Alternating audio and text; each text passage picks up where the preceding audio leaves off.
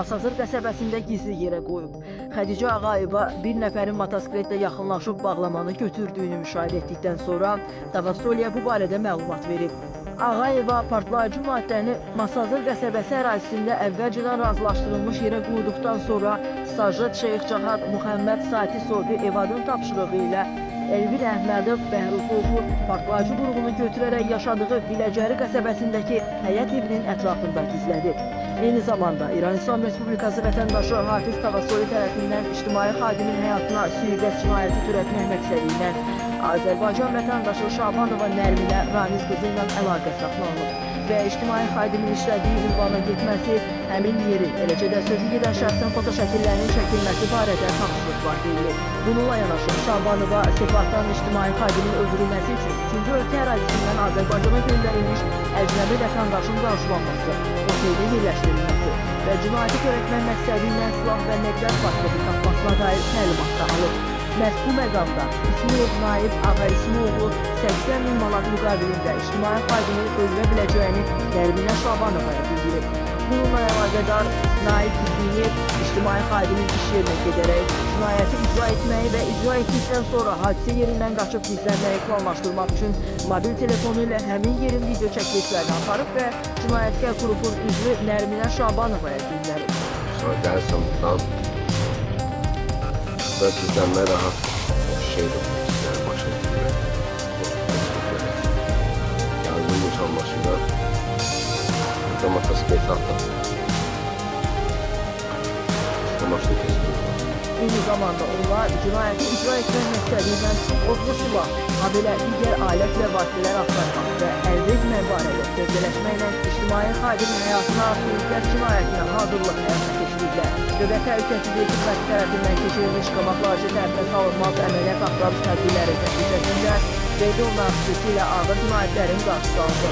Belə ki, Quliyev Fərhan Tərlanoğlu, Ağayev Nicat Zamanovlu, Adullayev Əsəd Tofiqoğlu, Rüstəmov Rəşad Fərhadoğlu,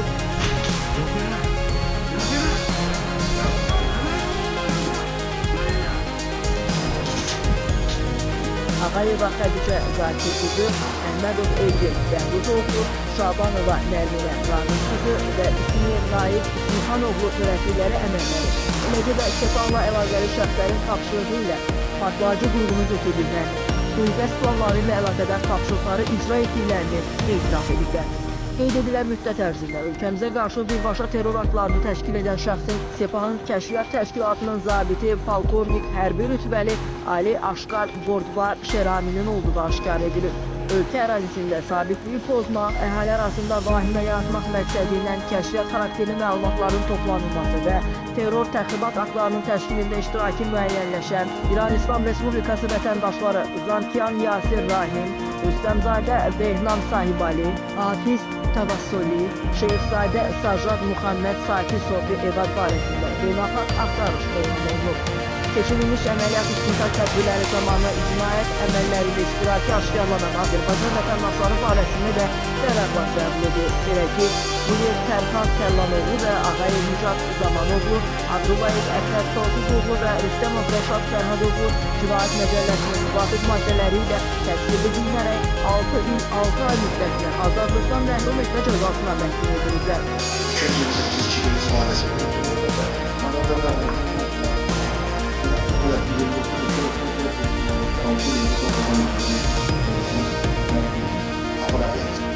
Şabanova Nərminə Ramiz qızı və İsmail Naib Ağa İsmaoğlu Azərbaycan Respublikasının Cinayət Məcəlləsinin 28-277, yəni dövlət xadiminin və ya ictimai xadimin həyatına sui-qəsdə hazırlıq. Əhmədov Elvin Bəhruzoğlu isə Cinayət Məcəlləsinin 228.2.1, yəni qabaqcadan əlbir bir qrup şəxs tərəfindən qanunsuz olaraq silah, onun komplekt hissələrini, döyüş sursatı, partlayıcı maddələr və qurğuları əldə etmə, başqasına vermə, saxlama, daşıma və gəzdirmə maddəsi ilə cinayət məsuliyyətinə cəlb olunaraq barələrində məhkəmə tərəfindən həbs qəti imkan tədbiri seçilib. Dövlət Təhlükəsizlik Xidmətinin İstintaq Baş İdarəsi tərəfindən toplanılmış materiallar məhkəməyə göndərilib. Xarici xüsusi xidmət orqanları tərəfindən Azərbaycan Respublikasında terror, təxribat və sui-qəsd aktlarının planlaşdırılmasını təşkil edən, eləcə də onlarla əməkdaşlıq edən şəxslərin dairəsinin müəyyən olunması məqsədi ilə kompleks istintaq əməliyyat tədbirləri davam etdirilir.